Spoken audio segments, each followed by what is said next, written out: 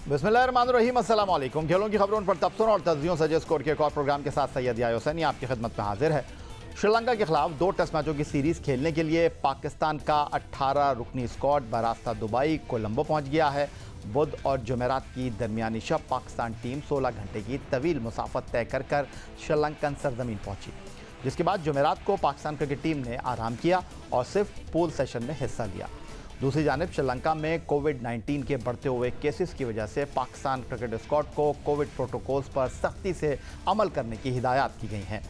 जुमेरात को ही कोलंबो पहुंचने पर तमाम खिलाड़ियों के रैपिड टेस्ट हुए, जिसमें टीम के तमाम खिलाड़ियों की रिपोर्ट मनफी आई है, लेकिन टीम तर्जुमान के मुताबिक सपोर्टिंग स्टाफ में शामिल मसाजा मलंग अली का कोविड टेस्ट मुस्बत आ गया है और उनको 5 रोज़ के आइसोलेशन में भेज दिया गया है।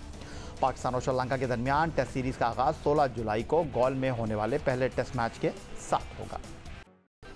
पाकिस्तान क्रिकेट टीम के श्रीलंका पहुंचने के बाद कोविड प्रोटोकॉल्स पर सख्ती से अमल दरामद की वजह श्रीलंकन क्रिकेट टीम के खिलाड़ियों का कोविड टेस्ट मुस्बत आना है। श्रीलंकन टीम इस वक्त ऑस्ट्रेलिया से टेस्ट क्रिकेट खेलने में मसरूफ है। दूसरे टेस्ट के आगाज से कबल श्रीलंका के मजीद 3 क्रिकेटर्स कोविड-19 का शिकार हो गए। टीम में शामिल धनंजय डिसिल्वा, जेफरी वेंदरसे और फर्नांडो का कोविड टेस्ट मुस्बत आने की वजह से दूसरे टेस्ट मैच से उनको बाहर कर दिया गया। श्रीलंकन टीम में कोविड केसेस की तादाद अब 5 हो गई है। सबसे पहले एंजेलो मैथ्यूज पहले टेस्ट मैच के तीसरे दिन कोविड का शिकार हुए, फिर बाएं हाथ के स्पिनर प्रवीण जे विक्रमा का टेस्ट मुस्बत आने की वजह से उन्हें दूसरे टेस्ट मैच से बाहर किया गया। ऑस्ट्रेलिया और श्रीलंका की टीमें एक ही होटल में ठहरी हुई हैं और ऑस्ट्रेलियाई टीम कोविड प्रोटोकॉल पर सख्ती से अमल कर रही है।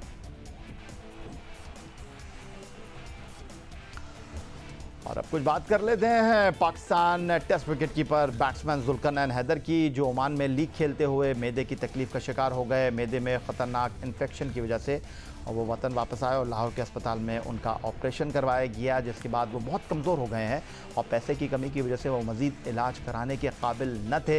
जुल्करनैन हैदर ने पाकिस्तान क्रिकेट बोर्ड से दरख्वास्त की थी कि उनके इलाज के अखराजात में माली मावनत की जाए, जिसके बाद director national high performance centre Nadeem Khan और general manager domestic Junaid Zia wicket keeper Zulqarnain Haider के घर पहुँचे, उनकी तीमारदारी की और बोर्ड की जानिब से इलाज के लिए इब्तदाई चेक भी पेश किया।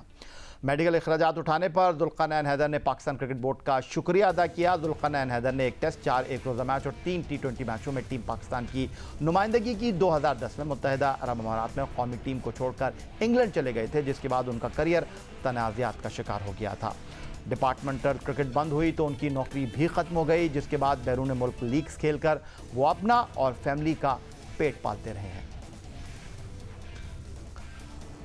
अब कुछ बात कर लेते हैं पाकिस्तान सुपर लीग की फ्रेंचाइज पेशावर ज़ल्मी की। मुल्क के बाद टैलेंट हंट प्रोग्राम को इंग्लैंड तक पेशावर ज़ल्मी ने पहुंचा दिया है। Peshawar Zalmi UK talent hunt programme के सिलसिले में बर्मिंघम में भी ट्रायल्स का इनेकाद किया गया। पेशावर ज़ल्मी और इंग्लैंड के फास्ट बॉलर साकिब महमूद और वर्कशायर काउंटी के डायरेक्टर क्रिकेट पॉल फॉर्ब्स भी ट्रायल्स के मौके पर मौजूद थे। पेशावर ज़ल्मी के सदर और साबिक कप्तान इंज़मामुल हक और डायरेक्टर क्रिकेट मोहम्मद अकरम ने ट्रायल्स दिए। पॉल फॉर्ब्स ने कहा कि क्रिकेट मुख्तलिफ ममालिक को करीब लाता है। पेशावर ज़ल्मी के यूके में ट्रायल्स भी इस सिलसिले की एक बेहतरीन मिसाल और इजाफा है। पेशावर ज़ल्मी और इंग्लैंड के फास्ट बॉलर साकिब महमूद ने कहा कि पेशावर ज़ल्मी यूके टैलेंट नौजवानों के पास सलाहियतों के इज़हार का एक बेहतरीन मौका है। न्यूकासल, ग्लासगो और बर्मिंघम के बाद पेशावर ज़ल्मी यूके टैलेंट का अगला मरहला लुटन में मुनक्किद होगा। साबिक कप्तान पाकिस्तान क्रिकेट टीम और पेशावर ज़ल्मी के सदर इंज़मामुल हक ने ट्रायल्स के बाद अपने बयान में कहा कि ट्रायल्स पर बहुत सारे खिलाड़ी आते हैं, लेकिन सब मुंतखब नहीं हो सकते। लेकिन इसका मतलब ये हरगिज़ नहीं जो मुंतखब नहीं हुआ वो अच्छा नहीं, बस उन्हें मज़ीद मेहनत करने की ज़रूरत है। मिलते हैं एक ब्रेक के बाद।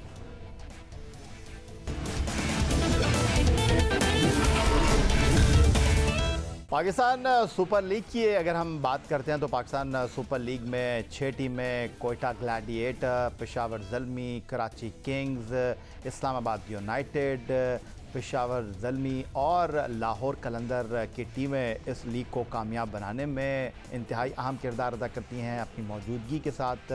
लेकिन अगर हम बात करते हैं पाकिस्तान सुपर लीग की फ्रेंचाइज कोयटा ग्लैडिएटर की, जिसको टीम पर्पर भी कहा जाता है, और इस टीम की कारकर्दगी के हवाले से अगर हम बात करते हैं तो इब्तदाई सीज़न में इस टीम ने बहुत उम्दा कारकर्दगी का मुजाहरा किया और टाइम था कि पाकिस्तान सुपर लीग और कोयटा ग्लैडिएटर इंतहाई अहम नाम हुआ करते थे और शुरू में कोयटा ग्लैडिएटर जो थी वो जीत की ज़मानत थी, लेकिन फिर वक्त बदला और कोयटा ग्लैडिएटर पिछले 2 सीज़न में कुछ मुश्किल सूरत हाल से 2-4 दिखाई दी, लेकिन एक बार फिर Quetta gladiator Pakistan super league season 8 2023 में एक नए अज़्म और नए हौसले के साथ मैदान में उतरने की ख्वाहिशमंद है। और जनाब कोयटा ग्लैडिएटर के डायरेक्टर क्रिकेट हसन उमर साहब आज हमें स्टूडियो में ज्वाइन कर रहे हैं कोयटा ग्लैडिएटर की मुस्तकबिल की मनसूबाबंदी के हवाले से।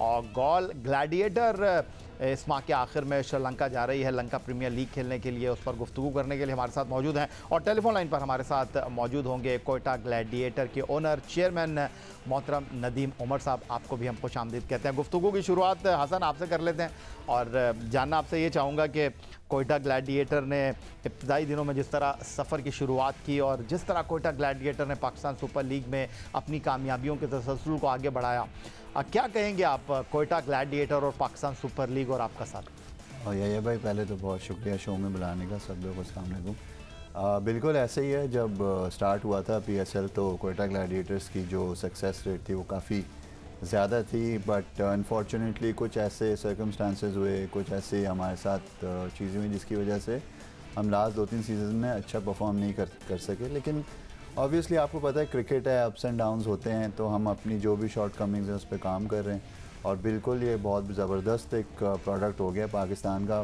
बहुत ज़्यादा इस पर मेहनत की गई है, अभी भी बड़ा इस पर काम चल रहा है और जितना मज़ा इस PSL में आया, स्पेशली लाहौर में फ़ाइनल देखा, तो बहुत मुबारकबाद देना चाहेंगे लाहौर कलंदर्स को कि उन्होंने बड़ा ज़बरदस्त टूर्नामेंट जीता। हसन, जिस तरह हम बात करते हैं कोयटा ग्लैडिएटर की, कोयटा ग्लैडिएटर को इब्तदाई दिनों में जो है वो एक कॉम्बिनेशन के साथ आगे बढ़ने का मौका मिला है और पिछले 2 सीज़न में आपकी बड़ी बैड लक रही। अगर हम बात करें एक सीज़न में तो आप लोग हवा में ही थे, एक मैच खेलते थे कराची में, दूसरा लाहौर में, तीसरा मुल्तान में, चौथा पिंडी में, शेड्यूल ही कुछ ऐसा बना था। फिर उसके बाद आपको कुछ फिटनेस मसाइल का भी सामना करना पड़ा, तो आपको लगता है कि ये भी बड़ी इंपॉर्टेंट चीज़ें थी जिसकी वजह से आपकी कारकर्दगी में उतार चढ़ाव आया? जी डेफिनेटली। देखें एक पूरा जब आप टीम सिलेक्शन करते हैं तो पूरा एक कॉम्बिनेशन बनाते हैं, उस कॉम्बिनेशन में ज़्यादा से ज़्यादा आपके पास एक बैकअप होता है, तो वो इंजरी हो जाना हमारे बड़े प्लेयर्स को, कुछ प्लेयर्स का अनफिट हो जाना, फिर सीज़न 5 में पहली दफ़ा इतनी ट्रैवलिंग की तो हमें मैनेजमेंट नहीं पता थी, 12 घंटे पहले हम कहीं पहुंच रहे हैं मैच खेलने के लिए, ये बड़े फैक्टर्स काउंट होते हैं। लेकिन देन अगेन वो हमारी लर्निंग्स हैं और इंशाल्लाह कोशिश करेंगे कि चीज़ों पे इम्प्रूव करें। और पहली दफ़ा मतलब जब कराची में सबसे ज़्यादा 8 मैचेस हुए थे तो कोयटा ग्लैडिएटर्स उस वक्त भी अच्छा खेला था, तो इंशाल्लाह कारकर्दगी रिपीट करेंगे जो सीज़न 1 से लेके सीज़न 4 में करी, तो इंशाल्लाह आने वाले उसमें थोड़ा बेहतर प्लान के साथ आएंगे। Hope for the best Hassan कि आप इसी तरह आगे बढ़ें। और आप गुफ्तगू में शामिल कर लेते हैं जनाब कोयटा ग्लैडिएटर के ओनर और चेयरमैन नदीम उमर साहब। नदीम उमर साहब खुशामदीद कहेंगे, और आप जो है वो चीज़ों को करीने से आगे बढ़ाने के ख्वाहिशमंद हैं और आज हमने हसन उमर को प्रोग्राम में मदऊ किया है, डायरेक्टर हैं कोयटा ग्लैडिएटर के, और आप जिस तरह खेलों की सरपरस्ती करते रहे रोशनियों के शहर कराची में, पाकिस्तान के मुख्तलिफ शहरों में, तो अब हसन उमर, क्या हम ये कहें कि हसन उमर को आपने आहिस्ता आहिस्ता आगे करना शुरू कर दिया?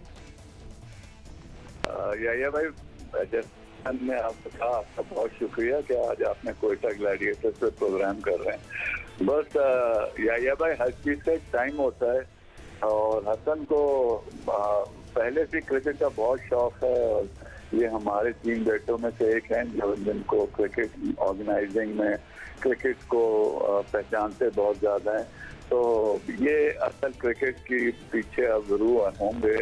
हमारा टाइम इंशाल्लाह रहेगा, बट ये कि इतना एक्टिव अब हम नहीं रह सकते जितना ये लॉर्ड को इसको सामने आना चाहिए और इनका फ्यूचर भी है। हसन, ये बताएं कि फादर फिगर कहा जाता है नदीम उमर साहब को, सिर्फ क्रिकेट ही नहीं, हॉकी की टीम को भी उन्होंने स्पॉन्सर किया, स्नूकर में भी आगे बढ़े, मुख्तलिफ खेलों में, स्क्रैबल में, एक लंबी फहरिस्त है। लेकिन ये तो सचमुच आपके वालिद साहब हैं, तो इनके साथ आपका क्या कॉम्बिनेशन है? वैसे लोगों के साथ बड़े शफकत के साथ पेश आते हैं, आपके साथ इनका ताल्लुक? जी हमेशा से एज अ फ्रेंड लेके चले हैं, बड़ा उन्होंने मुझे सिखाया है, समझाया है, और सबसे ज़्यादा वो कहते हैं कि be a good human being at the end of the day. और जिस तरह उन्होंने क्या कहते हैं, वो मेरे लिए तो खैर दुनिया के लिए वो एक हीरो हैं, तो जिस तरह मैंने उनको देखता आया हूँ, जिस तरह शुरू में तो इतनी रिसोर्सेज नहीं थी, लेकिन उसके बावजूद उन्होंने जिस तरह आगे बढ़ के लोगों की खिदमत की, not only in sports, health sector हो गया, एजुकेशन सेक्टर हो गया, इन्होंने बड़ा काम किया, तो उससे बड़ी लर्निंग हुई। और जिस तरह ये आज भी लोगों से मिलते हैं, जिस तरह आज भी लोगों से लोगों की हेल्प करते हैं, तो बड़ा एक देख के फ़ख्र होता है। नदीम उमर साहब, कोयटा ग्लैडिएटर की एक ख़ास बात यह है कि आप अपने खिलाड़ियों के साथ बड़ा ताल्लुक़ रखते हैं और हौसला नहीं हारते।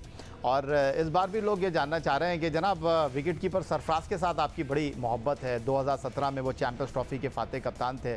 हसन ने तो एक तकरीब में कह दिया कि जी हमारे कप्तान सरफराज ही हैं और सरफराज ही रहेंगे। हम आपसे सुनना चाहते हैं कि 2023 का जो सीज़न है उसमें wicket keeper Sarfaraz as a captain ही खेलेंगे। ये भाई बात ये है कि मैं सिर्फ एक चीज़ में बिलीव करता हूँ कि ये देखें, ये जैसे शाहिद आफरीदी जी हैं, सरफराज हैं, पुराने हमारे एक्स कैप्टन जिन्होंने पाकिस्तान की खिदमत करी है, हर दफ़ा मैं यही कहता हूँ उनको अनसेरेमोनियसली बाहर नहीं निकालना चाहिए। आप उनको बड़े ऑनर और डिग्निटी पे देखें। हमारे जनाब भी अब हसन बैठे हुए इंटरव्यू दे रहे हैं ना आपको, तो इसी तरह एक टाइम आता है। लेकिन अगर आप वो अहमियत जो है ना जो उसकी है और उसके जो ऑनर जो देना चाहिए, अगर वो ना दें तो फिर वो बुरा लगता है। तो वाकई सरफराज को भी पता है कि अब वो उसमें बात नहीं रही जो होनी चाहिए थी पहले, लेकिन अभी भी मुझे सरफराज से बहुत भरोसा है और हम एक तरह से फेज आउट करेंगे सरफराज को। We will name a vice captain, Sarfaraz को ग्रूम करेंगे। लेकिन अभी सरफराज कहीं भी नहीं जा रहे। हमने अब ये कैप्टन चूज करना है, कोई अच्छा कप्तान हमें मिले।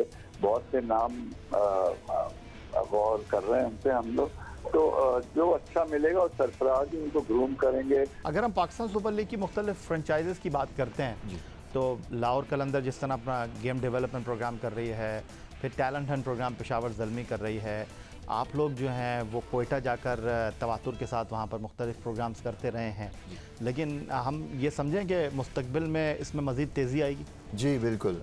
अभी हम लोगों ने एक टैलेंट हंट किया था जिसमें 55 लड़के शॉर्ट लिस्ट किए गए। उसका फ़ेज़ 2 होना अभी बाकी है, जिसमें हम 14 से 15 लोग शॉर्ट लिस्ट करेंगे। तो उमर गुल साहब वहाँ के एक लोकल हैं, सनाउल्लाह साहब, उनके साथ हम कर रहे हैं ये टैलेंट हंट। तो इंशाल्लाह आफ्टर ईद ये कंक्लूड हो जाएगा। बहुत शुक्रिया। हसन उमर हमारे साथ मौजूद थे, जनाब डायरेक्टर कोयटा ग्लैडिएटर, और बता रहे थे कि किस तरह कोयटा ग्लैडिएटर और गोल ग्लैडिएटर मुस्तकबिल में अपने मंसूबों पर काम करना है। पाकिस्तान हॉकी फेडरेशन की मुश्किलात हैं कि ख़त्म होने का नाम नहीं ले रही। पाकिस्तान हॉकी टीम आइंदा साल भारत में होने वाले हॉकी वर्ल्ड कप से बाहर हो चुकी है। टीम की कारकर्दगी अपनी जगह एक सवालात उठा रही है। उधर दूसरी जानिब अब पाकिस्तान स्पोर्ट्स बोर्ड ने पाकिस्तान हॉकी फेडरेशन के ख़िलाफ़ भी एक्शन ले लिया है। पाकिस्तान स्पोर्ट्स बोर्ड ने PHF के इंतखाबात न कराने पर फेडरेशन के सदर ब्रिगेडियर रिटायर खालिद सज्जाद खोकर, सेक्रेटरी ओलंपियन आसिफ बाजवा और खजांची मोहम्मद इखलाक को उनके ओहदों से फारिग कर दिया है। पाकिस्तान स्पोर्ट्स बोर्ड के director national federation Mian Saeed Wahid ने DG colonel retired Asif Zaman की मंजूरी से नोटिफिकेशन जारी कर दिया है। एलामिया के मुताबिक हॉकी फेडरेशन के इंतखाबात 15 मई 2018 को हुए थे, जिनमें सदर खालिद सज्जाद खोकर, सेक्रेटरी ओलंपियन शहबाज सीनियर और खजांची मोहम्मद इखलाक 4 साल के लिए मुंतखब हुए थे। 2019 में शहबाज सीनियर के मुस्ताफ़ी होने पर ओलंपियन आसिफ बाजवा को बतौर सेक्रेटरी पाकिस्तान हॉकी फेडरेशन नामजद किया गया था। पाकिस्तान हॉकी फेडरेशन हुक्काम की 4 साल आइनी मुद्दत 2 माह पहले 14 मई 2022 को ख़त्म हो गई थी और इंतखाबात नहीं कराए गए, जो कौमी स्पोर्ट्स पॉलिसी 2005 की खिलाफ वर्जी है। 2 माह गुजर जाने के बावजूद इंतखाबात न कराने पर हॉकी फेडरेशन हुक्काम डी-नोटिफाई कर दिए गए हैं। इस तमाम सूरत हाल पर गुफ्तगू करने के लिए टेलीफोन लाइन पर हमारे साथ मौजूद हैं इस्लामाबाद से दी न्यूज़ इंटरनेशनल के सीनियर स्पोर्ट्स कॉरेस्पॉन्डेंट अब्दुल मोई शाह साहब। खुशामदीद कहेंगे शाह साहब आपको।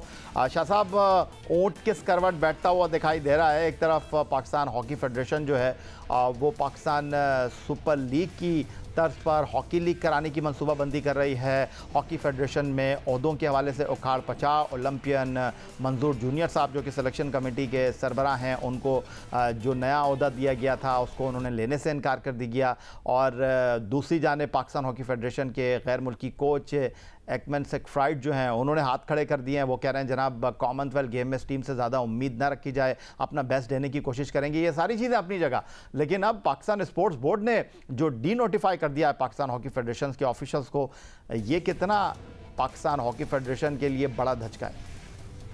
जी याया, इसमें तो कोई शक नहीं कि ये बहुत बड़ा धचका है। और बात यह है कि जब पाकिस्तान हॉकी फेडरेशन के इलेक्शन 2 महीने पहले, बल्कि 15 मई को ड्यू थे, और 15 मई से पहले गवर्नमेंट ऑफ पाकिस्तान ने पिछले साल अक्टूबर में एक लेटर इशू किया था कि तमाम फेडरेशनें अभी अपने इलेक्शन रोक दें, इलेक्शन न कराएं। फिर उन्होंने जून में 2 लेटर ऐसे निकाले पाकिस्तान स्पोर्ट्स बोर्ड ने कि उसमें उन्होंने कहा कि तमाम फेडरेशनें जो पाकिस्तान स्पोर्ट्स बोर्ड से एफिलिएटेड हैं, they can go ahead now और they can organise their election, और इलेक्शन उनको वो करा दें, जिसके ड्यू हैं वो सारी अपनी फेडरेशनें करा दें। अभी तक इसमें कोई शक नहीं कि पाकिस्तान हॉकी फेडरेशन से इलेक्शन के बारे में कोई वाज़ेह बयान, कोई शेड्यूल, कोई इस तरह की चीज़ पब्लिक नहीं की गई। मोई शाह साहब हमारे साथ मौजूद थे। पाकिस्तान हॉकी फेडरेशन के ऑफिशल्स को पाकिस्तान स्पोर्ट्स बोर्ड ने इंतखाबात न कराने पर, इंतखाबात न कराने की खिलाफ वर्जी पर डी नोटिफाई कर दिया है। और मतलब यह है कि पाकिस्तान हॉकी फेडरेशन के जो सरबराह हैं ब्रिगेडियर रिटायर खालिद सज्जाद खोकर और ओलंपियन आसिफ बाजवा बतौर सेक्रेटरी अब अपने ओहदे पर मौजूद नहीं रहे। अब टेलीफोन लाइन पर हमें ज्वाइन कर रहे हैं कौमी हॉकी टीम के साबिक कप्तान, 1984 लॉस एंजलिस ओलंपिक टीम के रुकन ओलंपियन रशीदुल हसन साहब। बड़ा वसी तजुर्बा है इनका, और मौजूदा फेडरेशन की अगर हम बात करते हैं तो पाकिस्तान हॉकी फेडरेशन के साथ इनके ताल्लुकात खासे पेचीदा रहे हैं। और रशीदुल हसन वो शख्सियत हैं जिन्होंने पाकिस्तान हॉकी फेडरेशन के काम करने के तरीक़ेकार पर तनकीद की है। ख़ास तौर पर ओलंपियन आसिफ बाजवा, ब्रिगेडियर खालिद सज्जाद खोकर पर जब उन्होंने तनकीद की तो इन पर 10 साल की पाबंदी लगा दी गई, जो हैरानकुन पाबंदी थी, क्योंकि रशीदुल हसन के पास पाकिस्तान हॉकी फेडरेशन की तरफ से ना तो कोई ओहदा था, ना तो वो पाकिस्तान हॉकी फेडरेशन के लिए कोई काम करते हैं, तो उनके ऊपर ये पाबंदी समझ से बाहर थी। लेकिन अब पाबंदी जो है वो पाकिस्तान हॉकी फेडरेशन के अपने ऑफिशल्स पर लग गई है। तो मौक़िफ़ जानने के लिए हमने रशीदुल हसन साहब को जो है वो मदऊ किया है, टेलीफोन लाइन पर हमारे साथ मौजूद हैं। रशीदुल हसन साहब, किसी शायर ने खूब कहा था कि लो अपने दाम में खुद सयाद आ गया। पाकिस्तान हॉकी फेडरेशन ने आप पर पाबंदी लगाई और अब उनके ऊपर पाबंदी लग गई है कि उनके ऊपर सवाल यह है कि उन्होंने इंतखाबात ही नहीं कराए। जी याया हसन साहब, बहुत बहुत शुक्रिया, आपने मुझे मौका फराहम किया। जी बिल्कुल, अपना मुझ पर पाबंदी तो एक मज़का खेज थी, क्योंकि मैं कभी भी हॉकी फेडरेशन का हिस्सा नहीं रहा। लेकिन बात सिर्फ ये है कि लेकिन ये जो पाबंदी है ये भी मज़हब का खेज है रशीदुल हसन साहब। नहीं, ये तो एक अपना जो स्पोर्ट्स पॉलिसी है अपना पाकिस्तान स्पोर्ट्स बोर्ड की, ये तो उसके तहत कानूनी तौर पर जो बनती है वो अपने लगाई गई है। पहले भी बहुत सारी चीजें ऐसी जो कानूनी तौर पर हो सकती थी वो नहीं हो रही थी। तो इस सिलसिला में मैं पाकिस्तान स्पोर्ट्स बोर्ड को दाद देता हूं कि उन्होंने कम से कम हिम्मत आई और उन्हें कानून का सहारा लेते हुए जो कानूनी तौर पर बनता था वो पाबंदी लगाई है। इसमें कोई दो राय नहीं है। यही था जनाब आज का हमारा ये प्रोग्राम। ट्विटर पर आप हमें फॉलो कर सकते हैं, फेसबुक पर हमारा पेज score.geo-news, जहाँ जाकर आप इस प्रोग्राम के क्लिप्स एक बार फिर देख सकते हैं, और आप हमें ईमेल करके अपनी राय का इजहार कर सकते हैं score@geo.tv पर। इस दुआ, इस उम्मीद, इस तवक्को के साथ कि पाकिस्तान में खेल और खिलाड़ी तरक्की करते रहें। सैयद यासुन को स्कोर की पूरी टीम के साथ अगले प्रोग्राम तक के लिए इजाज़त दीजिए। अल्लाह हाफ़िज़।